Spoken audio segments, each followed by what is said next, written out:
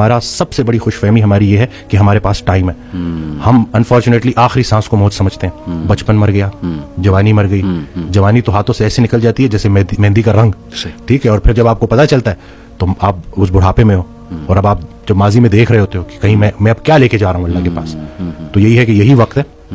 تو جس ٹائم میں گلہ کر رہا تھا, شکوے کر رہا تھا, اور پھر انہوں نے کہا کہ خواہشیں ٹوٹنے کا اور اس غم سے نکلنے کا ایک ہی طریقہ ہے کہ کوئی ایک خواہش ایسی ڈیولپ کر لی جائے جو باقی تمام خواہشات پہ بازی لے جائے, لیکن وہ خواہش ٹھہرنے کی نہ ہو, جانے کی ہو. فکر آخرت تمہیں دنیا کی ہر فکر سے آزاد. صحیح بات. جو بن دیکھے رحمان سے ڈرتا تھا وہ تب نہیں ڈرے گا جب دیکھے گا. صحیح بات. بلکہ لاسٹ جب میں لاہور آیا تھا تو یہ میں نے وہ ٹی وی لگایا تو وہ قرآن کی, تو اس میں نا اس کی آیت, اس کا ترجمہ کہ قرآن پاک میں اللہ تعالیٰ کہتا ہے, ارشاد فرماتے ہیں کہ تم وہ وعدہ یاد رکھو جو تم نے مجھ سے کیا تھا, میں وہ وعدہ یاد رکھوں گا جو میں نے تم سے کیا تھا. تو ہم نے بس وہ وعدہ کیا تھا.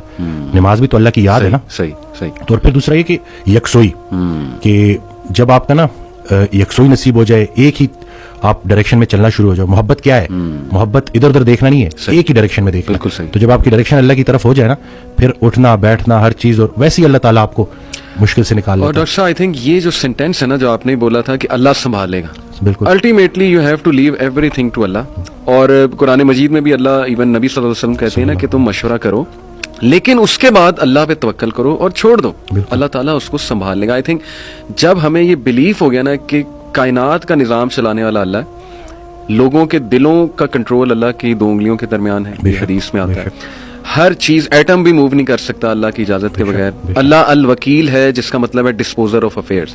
تمام افیئرز اللہ نے ڈسپوز آف کرنے ہیں. جو آپ کی زندگی میں ہو رہا ہے یہ آپ توکل رکھیں, یقین رکھیں کہ وہ اللہ کی اجازت سے ہو رہا ہے, اس کا ایک مقصد ہے. بس آپ نے یہ تلاش کرنا ہے بجائے کہ اس غم کو اپنے سر پہ چڑھانے کے.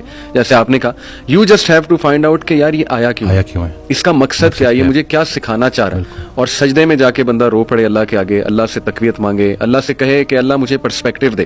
بلکہ میں ایک کوٹ پڑھ رہا تھا, ایون دو ہی از اے نان مسلم رائٹر ہے بہت بڑا, میرے ذہن سے ابھی خیر نام نکل گیا, انہوں نے بڑی کمال کی بات کی.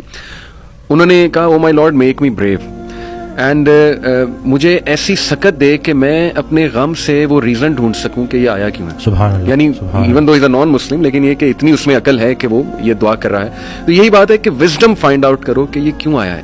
اور بلکہ میں ڈاکٹر صاحب, ایک میرے دوست ہیں بڑے اچھے اسکالر ہیں, انہوں نے ایک بڑی پیاری بات کی. انہوں نے کہا کہ جب بندے پہ غم آئے نا تو چلو کچھ دیر غمگین رہنا یہ نیچرل ہے, فطری ہے. رسول اللہ صلی اللہ علیہ وسلم پہ بڑے غم آئے, حضرت خدیجہ کی جو ڈیتھ تھی وہ اس سے بڑا غم نہیں تھا. The most smiling face did not smile for months. تو اٹس نیچرل, اوکے.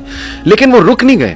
ایسا نہیں تھا کہ وہ آئسولیشن میں چلے گئے, یا ایسا نہیں تھا کہ سارے کام ٹھپ ہو گئے. کیونکہ میرے دوست نے کہا کہ دیکھو جب ہم ٹھپ ہو جاتے ہیں نا, یہ پیسو شکوہ ہے اللہ سے. اتنی تو ہمت نہیں زبانی رب سے شکایت کریں, لیکن یہ کہ ہم ٹھپ ہو کے دکھاتے ہیں کہ جی بس میں تو راضی نہیں آپ کی رضا میں, انڈائریکٹلی تو ہم یہی کہہ رہے ہیں. انہوں نے کہا جو لوگ غم میں کھڑے ہو جاتے ہیں نا, ان کا دل نہیں کر رہا صبح اٹھنے کا, بستر پہ پڑے رہتے ہیں. آئی ایم شیور آپ بھی ایسی کنڈیشن سے گزرے ہیں کہ اٹھنے کا دل ہی نہیں کرتا, ہمت ہی نہیں کہ جی بندے کا دل کرتا ہے میں سویا رہوں, ریالٹی میں آؤں ہی نا, مطلب ریالٹی از سو بیڈ.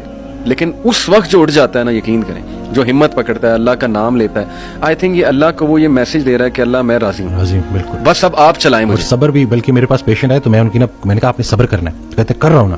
میں نے کہا کہ صبر تو ایسے کرنا ہے کہ دوسرا بندہ اپنی پریشانی بھول جائے. اللہ اکبر. اللہ سبیل الدموع سبیل